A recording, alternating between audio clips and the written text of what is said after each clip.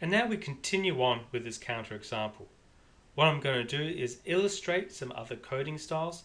First of all, coding styles within Verilog 95, so called because that particular version of the language was standardized in 1995.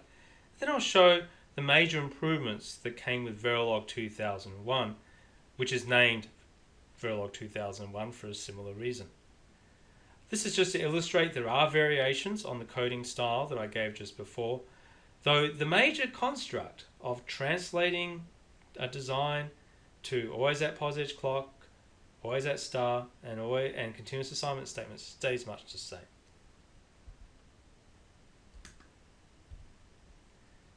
So here's another coding style. What I suggest you do is just pause the video for a moment and look over this yourself to see how it is different from the style I just used. Yes, this is different in that flip-flops are clearly separated from combinational logic. Combinational logic is all put together into its own statements, including this statement here, which is the multiplexer, and a separate statement here, which is the subtractor. And the flip-flop assignments are by themselves. That is, value is equal to the output of the multiplexer. We've had to add variables to hit this. You'll notice, what is mux out declared as? It's declared as type Y, and obviously 4 bits Y because it's feeding a 4-bit register. What type is value -1 declared as? It's declared as type Y. Why? Because it's the output of it's assigned in a continuous assignment statement. Notice again that it's 4 bits wide because it's a 4-bit result. Some companies actually require this coding style. I like to view this as a slightly simplified coding style because it's very clearly separating combinational logic from sequential logic, from flip-flops. And the reason for that is, frankly, to avoid the first temptation in the previous submodule. That is, writing a bunch of code, putting an always at pos edge clock in statement in front of it, hoping that it works. There is a tendency for neophyte designers to accidentally add flip-flops to their design through a variation of doing that. And this clearly avoids that. Now all the behavior is really captured in combinational logic procedural blocks, and the flip-flops only contain the flip-flops inputs and outputs. So it absolutely makes sure to avoid that danger.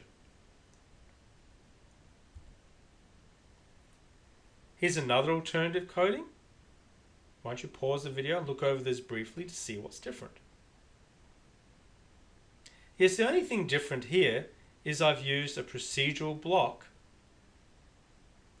to capture the 0 flag. Always at value. If value is equal to 0, the flag 0 is equal to 1, else 0 is equal to 0. This is the same logic as the continuous assignment statement in my original example. It's just a different way of doing it. This is a Verilog 95 example. So the always at block has a sensitivity list whose contents are all the logical inputs to the procedural block. The only input to this procedural block is value, which comes from the flip-flops, so it is always at value. What happens in simulation is whenever value changes, this procedural block gets triggered and 0 gets re-evaluated. Notice we have the else here. We're going to come back to this in the Verilog 2 module, but this is necessary in all combinational logic. So as to make sure that 0 is assigned no matter how this is executed, because there is no memory here. What is 0? What data type is 0 declared as? It's assigned in a procedural block, so it's declared as type reg. Is 0 the output of a register? No. This is an unfortunate side effect from the way in which Verilog was originally designed. You might probably not aware of this, but this language precedes the widespread adoption of automatic synthesis. Thus, it wasn't designed explicitly as a synthesis target, it was mainly designed as a mechanism to capture a design intent, do some simulation to verify that it works, and then go on to do gate level, transistor level design. So unfortunately, type reg is used in all procedural assignment, whether it's building a register or just building a combinational logic gate. This is unfortunate, but it's the way it is, and you won't take too long for you to get used to that. Now let's look at a Verilog 2001 example. In the 2001 revision to the Verilog language, they put in a number of minor features that led to simplifications in how the language is used, frankly, mainly to save typing. This illustrates that. Before I highlight the features, you might want to look through this and see what you can see that is changed. Yes, the two changes from the Verilog 95 language are first of all at the top. That is the port list, the port declarations, whether they're input or output, and their widths, and variable declarations, at least for ports, such as this reg here, can all be declared between the parentheses in what was just the port list in Verilog 95. Again, this is just simply saving typing. You, for example, for the 0 flag, you are both saying it's a port, you're saying it's an output, and within this code it's of type reg, all within one line instead of 3 lines as we had on the previous page. The other big change was this always at star, which I've actually often used already during this class. But explicitly, you can actually type in always at star to get what's basically an automatic sensitivity list. That is, the Verilog simulator works out what star should be. In this case, it should be value. It works it out internally, keeps track of when value is changing, and triggers the statement block whenever value changes. This is quite valuable because in real logic, those sensitivity lists get very long and get very hard to maintain as you change the details of the combinational logic.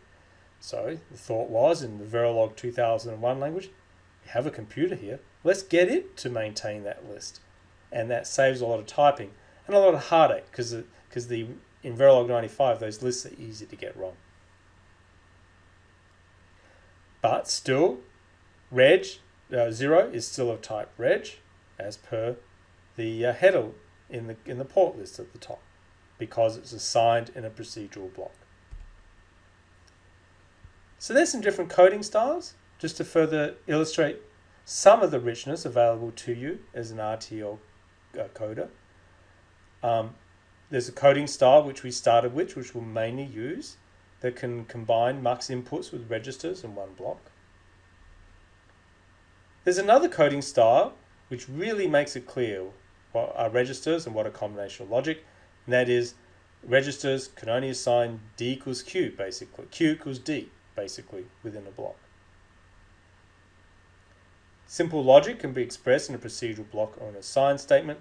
The key distinction is that an assign statement can only be one line long. Okay, many different examples here for the same design example. They don't produce different results. In the synthesis run, they all produce the same result. Synthesis is not highly dependent on the code style. Verilog 2001 examples improve coding efficiency, mainly through combining ports and declarations in one header statement block, and through the always at star statement, which is used for all procedural combinational logic code. It is not used for declaring flip-flops. You still use always at pos clock for that.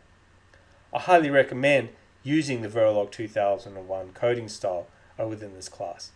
But the reason I teach the Verilog 95 coding style as well is because that is still very commonly available. There's a lot of legacy code written in Verilog 95. And since it's reasonably likely you'll have to modify, change, or use such code, it is useful for you to understand what is specific to Verilog 95 and what is specific to Verilog 2001. I now suggest you proceed to the quiz for this submodule before going to the last submodule for this particular unit.